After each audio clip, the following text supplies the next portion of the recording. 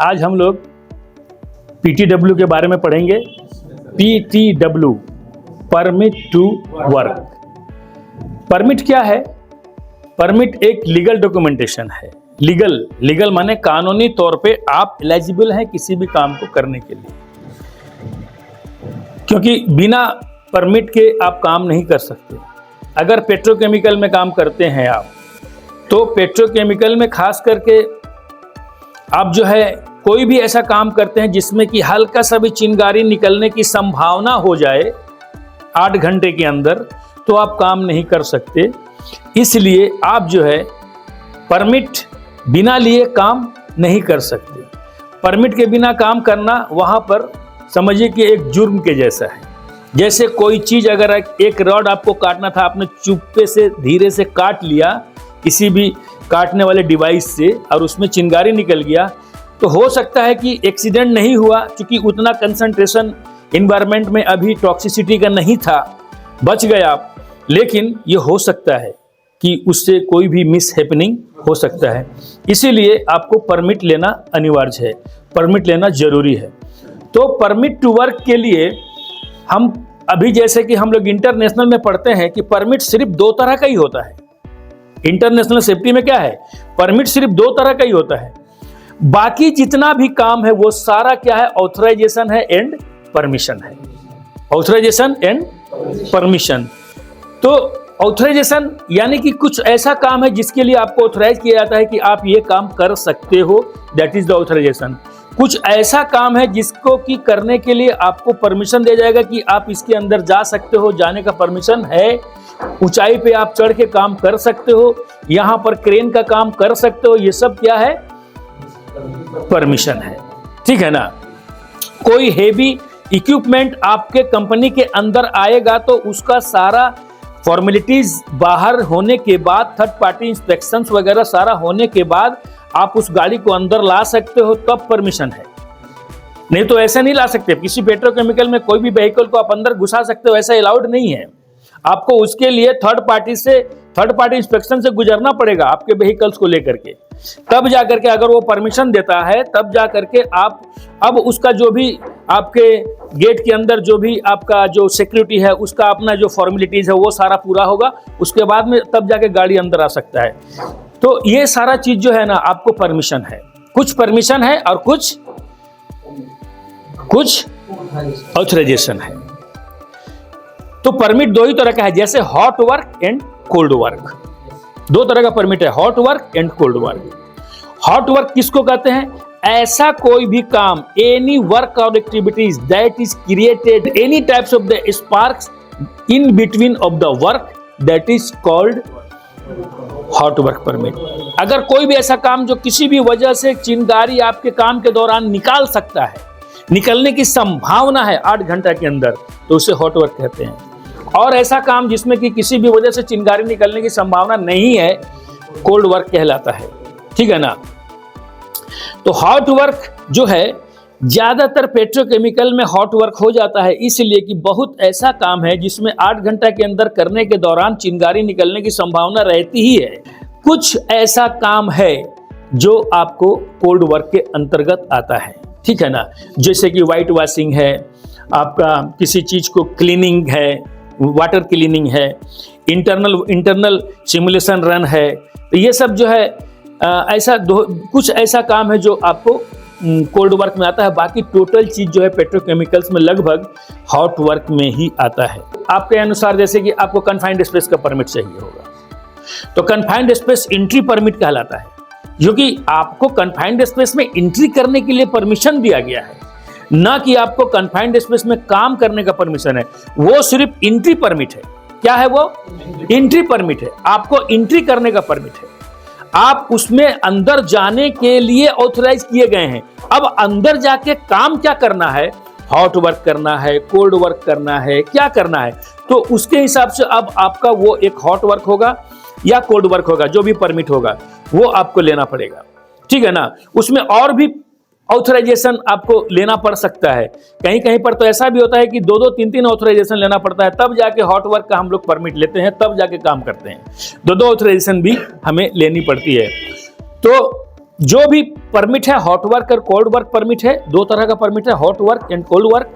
बाकी जो है जैसे एलिवेशन पे काम करना, हाइट पे चढ़ के काम करना, एलिवेशन किसको बोलते हैं, एक स्काफ फोल्डिंग के अंदर दूसरा स्काफ फोल्डिंग, और उसमें अंदर जाके काम करना है, जहां पर कि कभी कभी अगर गर्मी में हवा का बहाव कम हो जाए तो वहां पर हवा का दबाव भी नहीं रहता, वहां पर हवा भी नहीं रहता है, जिसकी वजह से आपको सफोकेशन हो सकता है। तो वैसे जगह पे काम करने के लिए आपको परमिशन लेना होगा, बिना परमिशन लिए काम नहीं कर सकते। हाइट में काम करने के लिए हाइट पास टेस्ट कराना होगा, सभी वर्करों का हाइट पास टेस्ट होगा, उसके बाद हाइट पे काम कर सकते हैं। तो हाइट पास टेस्ट क्या है, आपको परमिशन दिया गया हाइट पास टेस्ट करके हर वर्कर का, तब जाके उसको परमिशन दिया गया कि you can go on scaffolding and do your job, आप ऊपर जाके काम कर सकते हो। तो इस तरह से हम लोग जो है स्कैफोल्डिंग में अगर काम करते हैं हाइट में, या कोई ऐसा चीज है जैसे कि कोई कंपनी ने आपके कंपनी ने आपको रिलीज दिया किसी काम का, तो ये भी परमिशन है। जब तक आपको रिलीज नहीं देगा किसी काम को करने का, कौन सा कंट्रोल नंबर में है, कौन सा टेस्ट पैक नंबर है, क्या है, ये सब जब तक परमिशन नहीं मिलेगा तब तक आप किसी भी काम को नहीं कर सकते। अपने मन से कोई भी काम को जा करके शुरू नहीं कर दे सकते जब तक ये परमिशन ना दिया जाए। परमिशन दिया जाता है, परमिशन देने के बाद में उसमें परमिशन में एक आदमी उसका रिप्रेजेंटेटिव होता है उस प्लांट का, उस आदमी से जाके हमारा मैनेजर कंसल्ट करता है, कंसल्ट करने के बाद दोनों आपस में कम्युनिकेट करते हैं, तब जा करके वो हम लोग को सहयोग देता है काम करने के लिए। सारे चीज़ों के बारे में वो हमको लाइन अप करता है, कौन सा मशीन चाहिए, कौन सा माने इक्विपमेंट चाहिए, कितने वर्कर का काम है, कहाँ कहाँ पर क्या रखना है, ले जाना है, ले आना है, क्रेन का व्यवस्था, सारा वो जो आपको जो रिप्रेजेंटेटिव दिया है उसके द्वारा, कम्युनिकेशन के द्वारा हम काम को कर सकते हैं। तो जब तक अथॉरिटी नहीं मिलेगा आपको, जब तक परमिशन नहीं मिलेगा, तब तक आपको वो आदमी जो रिप्रेजेंटेटिव है वो आपको कोऑपरेट नहीं करेगा।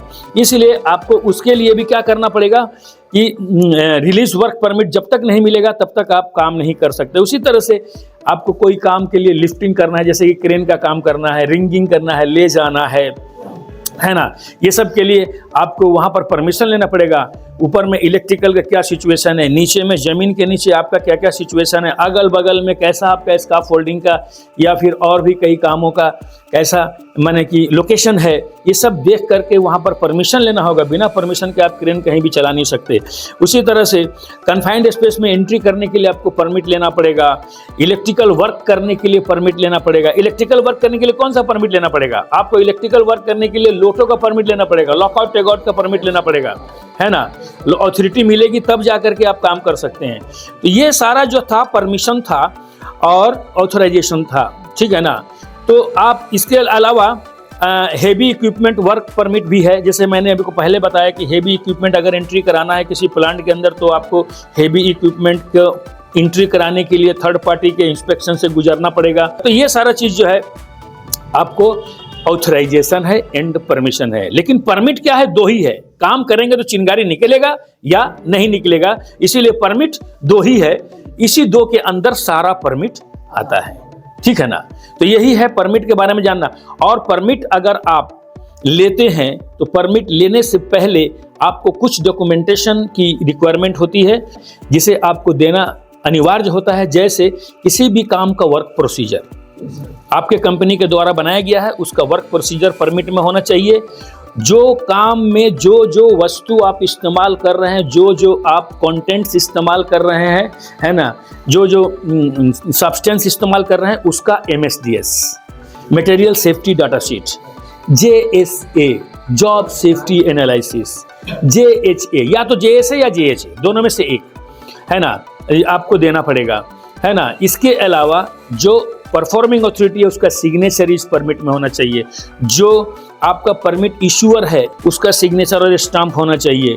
इसके अलावा जब फील्ड में आता है परमिट पास होने के बाद, तो फिर एक सेफ्टी ऑफिसर जो कि उसके अंदर अपनी पूरी रिस्पॉन्सिबिलिटी से सारे परमिट को चेक करके कि इसके अंदर क्या क्या हैजार्ड है, क्या क्या प्रिकॉशंस है, दिया गया है या नहीं दिया गया है, सब लोग साइन किया है या नहीं किया है, सब कुछ इसमें इम्प्लीमेंटेड है कि नहीं है, डॉक्यूमेंटेशन, ये सारा चीज़ चेक करने के बाद वो अपना साइन करके तब जाके परमिट को चालू करेगा। और परमिट चालू करने से पहले वहाँ पर जो आज टूल बॉक्स आपने दिया है उस टूल बॉक्स का पेपर भी उसमें ऐड करना पड़ेगा। आज जो वर्कर ने साइन किया है, जो अटेंडेंस बनाया है अपना, जिससे कि उसकी सैलरी बनती है वो अटेंडेंस शीट भी उसमें लगाना पड़ेगा, जिससे हमको ये प्रूफ हो कि हमारे यहाँ आज इतने लोग प्रेजेंट होकर के काम कर रहे हैं, है ना। तो ये सारा चीज़ आपको उस डॉक्यूमेंटेशन में ज़रूरी है। और अगर इसके अलावा टॉक्सिक एरिया है आपका, तो वहाँ पर गैस टेस्ट का रिक्वायरमेंट है, तो गैस टेस्ट करके तब गैस टेस्ट करने के बाद, अगर गैस टेस्ट करने के बाद लगता है कि नहीं 8 घंटे का काम करने का परमिशन दिया जा सकता है, तो TLB कहलाएगा, थ्रेशोल्ड लिमिट वैल्यू, तो आप 8 घंटा काम कर सकते हैं। अगर 8 घंटा काम नहीं कर सकते हैं तो अगर PEL कर सकते हैं, परमिशिबल एक्सपोजर लिमिट है, तो 8 घंटा से कम का और 15 मिनट से ज़्यादा का जो परमिशन होगा वो लेना पड़ेगा। या फिर अगर आपको काम नहीं कर सकते हैं तो आप जो है IDLS हो सकता है, आप वहाँ से तुरंत एस्केप कर जाइए मस्टर्ड पॉइंट की तरफ, है ना। तो ये जो है STEL भी है, तो आप वहाँ पर काम नहीं कर सकते, आपको 15 मिनट का टाइम होता है। या तो STL 2 तरह का है कि एक STL है जी की टॉक्सिसिटी एरिया में अगर काम करते हैं आप, तो वहाँ सिर्फ 15 मिनट टॉलरेट है, आप 15 मिनट के लिए आपको परमिशन दिया जाता है। और एक STL है कि काम करते वक्त अगर टॉक्सिसिटी बढ़ जाती है तो आप 15 मिनट के अंदर मस्टर्ड पॉइंट पर पहुँच जाएँ। ये सारा आपको प्रावधान वहाँ पर करना पड़ता है, अपने वर्करों को ये सारा चीज़ बताना पड़ता है, सिखाना पड़ता है, और आपको इतनी कंसंट्रेशन में सारा चीज़ देखना पड़ता है। और फिर अगला जो सेशन आएगा उसमें आपका जितना भी प्रिकॉशनरी मेजर्स है परमिट में, वो सारा चीज़, जैसे कि कन्फाइंड स्पेस में कौन सा परमिट है, कैसा आपको क्या क्या उसमें इम्प्लीमेंटेशन करना होगा, हाइट पर काम करने के लिए क्या क्या इम्प्लीमेंटेशन करना पड़ेगा, और क्या बोलते हैं क्रेन का काम करने के लिए क्या क्या ये करना पड़ेगा, ये सारे चीज़ का आपको एक्सकेवेशन के लिए क्या करना पड़ेगा, कन्फाइंड स्पेस में काम करना है तो उसके लिए क्या करना पड़ेगा, जितना भी एक्टिविटीज़ है उसमें काम करने के लिए आपको क्या क्या प्रिकॉशनरी मेजर्स लेना पड़ेगा, इसके बारे में बात करेंगे। और आज के लिए बस इतना ही। और आप अगर टेक्नो के YouTube चैनल पर अगर आप हैं, तो आपको अगर यहाँ का चैनल अच्छा लगता है तो आप जो है हमारे यहाँ आएँ और सेफ्टी के क्लास को ज्वाइन करें। और यहाँ बहुत अच्छे तरीक़े से ट्रेनिंग वगैरह कराया जाता है, और आप जो है यहाँ पर अपना ट्रेनिंग करके अपने भविष्य को अच्छा करने के लिए, उज्जवल करने के लिए, तुरंत कोर्स कंप्लीट होने के बाद तुरंत जो है आप अपने जॉब पर जाने के लिए अगर इच्छुक हैं तो आप आएँ, हमसे जुड़ें, और आपका सदा वेलकम है। और इसी के साथ मैं आज का क्लास पोस्टपोन करता हूँ, ख़त्म करता हूँ। जय हिंद, जय Bharat. Techno institute of technical training, आपकी उड़ान ही हमारी पहचान है। अगर आप में हुनर है तो ही आपकी कदर है, और युवाओं को हुनरमंद बनाने की हर संभव कोशिश techno institute of technical training के द्वारा जारी है। तो करिए अपने उज्जवल भविष्य की तैयारी techno institute of technical training के साथ। इस ट्रेनिंग इंस्टीट्यूट में बहुत सारे शॉर्ट टर्म सर्टिफाइड ट्रेनिंग कराए जाते हैं, जैसे कि PLC and SCADA programming, instrument engineer, instrument technician, electrical engineer, electrical technician, HVAC engineer, HVAC technician, BMS technician, BMS operator, CCTV technician, fire alarm technician, safety officer, NEBOSH, crane, excavator और JCB operator. ये सभी technical courses रोजगार के अवसर प्रदान करते हैं। Techno institute में 100% हैंड्स ऑन प्रैक्टिकल ट्रेनिंग कराई जाती है और 100% प्लेसमेंट भी दिया जाता है। आज टेक्नो के छात्र देश विदेश के बहुत सारे कंपनी में कार्यरत है। Techno institute of technical training government registered, ISO certified और अंतर्राष्ट्रीय मान्यता प्राप्त इंस्टीट्यूट है।